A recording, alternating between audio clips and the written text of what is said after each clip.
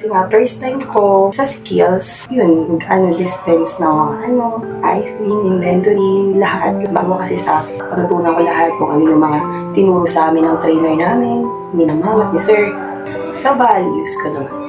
Doon ko napatunayan na kaya ko pala maging approachable pa. Kasi sobrang mahihain ko talaga. Hindi ko in-expect na kung paano makitungo sa ibang tao, lalo't hindi naman kami magkakakilala. Yun, umaboy mga pasensya, tamang ngiti lang, tamang masayahin ka. Natutunan ko naman lahat. Sa dami rin naging nakasama ko. Marami ka rin natutunan sa kanila, kung ano yung mga experience nila, para na-adapt mo rin sa sarili mo kung ano yung dapat mo pag-uwin sa sarili mo.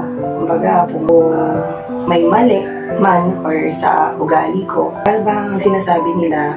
Tapos, yun, tinutuwid ko naman. Walang halong sama ng loob, ganun. Tanggapin kung ano yung mga sinasabi nila. Tapos kung halimbawa naman nagkakamali ako na yung sinasabi ng owner ko na baka kunyari napapagalitan ako or ano man, tinitake ko yun as positive.